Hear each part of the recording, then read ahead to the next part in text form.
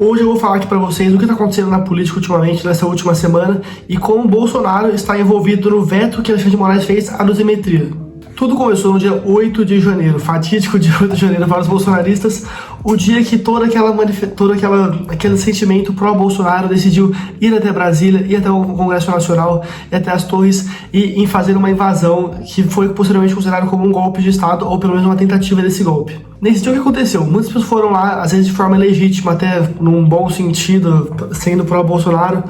Só que o que aconteceu foi, em meio a multidões entrando no Congresso, algumas pessoas inocentes, que a partir do momento que invadiram o local não são inocentes mais, invadiram-se o Congresso, quebraram coisas públicas ali, e tem que sim ser presos por isso, ou pelo menos tem que tomar algumas multas, alguma coisa do tipo.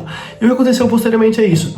A partir de decisões dos ministros do STF, a maioria dessas pessoas foram sentenciadas de forma ilegalmente, sem ter o direito a uma resposta, sem ter direito ao advogado, sem ter direito a resposta legalmente, judicialmente. A partir desse momento houve uma comoção gigante dos bolsonaristas, só que isso é uma coisa que fica só no sentimento de vocês, até porque o próprio Bolsonaro, vou deixar um videozinho aqui, o que ele achava sobre esses manifestantes que, em honra do Bolsonaro, honra do mito 22, foram lá invadir o Congresso Nacional.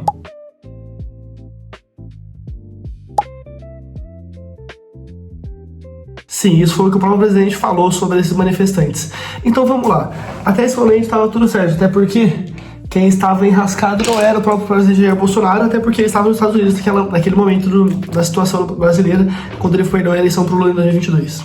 Com isso, começaram a haver várias investigações contra o Bolsonaro, contra as pessoas da sua família, tentando achar ali um possível golpe de Estado, uma tentativa, uma minuta, alguma coisa desse sentido.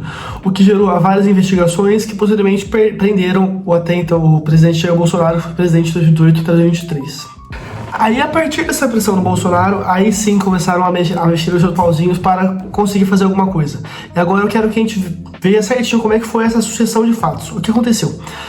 O Sóstenes Cavalcante, que é o líder do Partido Liberal do PL na Câmara dos Deputados Federais, recusou abertamente uma proposta que iria dar uma anistia ou dosimetria a esses condenados do 8 de janeiro, e depois a gente ouvia o caso do Bolsonaro, porque o que ele queria era colocar em um pacote só todos esses manifestantes que tinham que estar presos sim, mas às vezes com uma certa dosimetria, e o Bolsonaro no mesmo bloco, e a partir desse bloco anistiá-lo todos. Só que claramente não deixaram fazer isso. E o que o Centrão ele tentou fazer? Ok, vamos primeiro fazer uma dosimetria, fazer uma anistia para esses manifestantes, e depois a gente vê o caso do Bolsonaro. E o Sóstenes Cavalcante abertamente falou que isso não interessava. Começar a ver essa questão de texto. Falei para ele que para nós não vai nos interessar redução de crimes mais, e que não nos interessa a partir desse momento que não esteja incluído o presidente Bolsonaro. Como você pode ver aí. Por que ele fez isso? Porque pelo simples fato dele saber que o Bolsonaro sozinho, ninguém ia querer votar a favor de uma dosimetria ou de uma anistia para ele, e queria colocar um pacote só. O que isso significa? Que o Bolsonaro e que o Sóstenes Cavalcante, líder do Partido Liberal, partido que muitos bolsonaristas adoram, Deus, Pátria, Família e Liberdade, ele não liga para os manifestantes, ele liga apenas para o peito de Jair Bolsonaro. Bom, aconteceu tudo, Bolsonaro foi preso, todos sabem o que aconteceu, não houve essa dosimetria, e voltou a ser pautada essa dosimetria para esses manifestantes. A partir quando começaram a pautar, deixaram de pautar uma anistia, que seria apenas uma libertação, agora uma dosimetria, que seria regular algumas penas que foram, por exemplo, aquele exemplo da Débora, que foi presa por 14 anos, condenada a 14 anos, por ter feito um crime que não considerado um crime. Eu também concordo que não era para ser um crime de 14 anos de pena, mas o que aconteceu? Uma dosimetria, queria regular sim essas penas. A partir disso, os deputados bolsonaristas, os deputados do Centrão ali, a partir de algumas alianças, conseguiram pautar isso aí. E essa pautação disso aí, nessa última sessão, que unia a Câmara dos Deputados Federais e a Câmara do Senado, o que eles fizeram? Ao invés de pautar o que realmente o Brasil precisa, que era a CPI do Banco Master, a esquerda falou assim, ok, então o que nós vamos fazer é o seguinte, a gente vai pautar essa dosimetria, a gente vota, e a gente deixa ali o caso do Banco Master atrás da mesa, não vamos ninguém ver isso aqui, vamos ver agora, focar isso aqui, porque se a gente for no caso do Banco Master, vamos ter bolsonaristas envolvidos, vamos ter o PT envolvido, vai foder todo mundo. Isso que a população precisa querer, mas como a maioria da população é idólatra, olho fechado, mente fechado numa caverna de Platão, eles não querem isso. Então com isso foi sim pautada a dosimetria que passou no Congresso. a partir de quando ela passou, o STF poderia, a partir de uma decisão monocrática, vetá-lo, que foi o que fez o ministro Alexandre de Moraes. Só que vamos voltar um pouquinho para 2018. O que a PL 142 dizia? Essa PL acabava com decisões monocráticas, que é um ministro só do STF assinar algo e ali conseguir fazer alguma coisa. Essa PL acabava com isso, com as decisões monocráticas.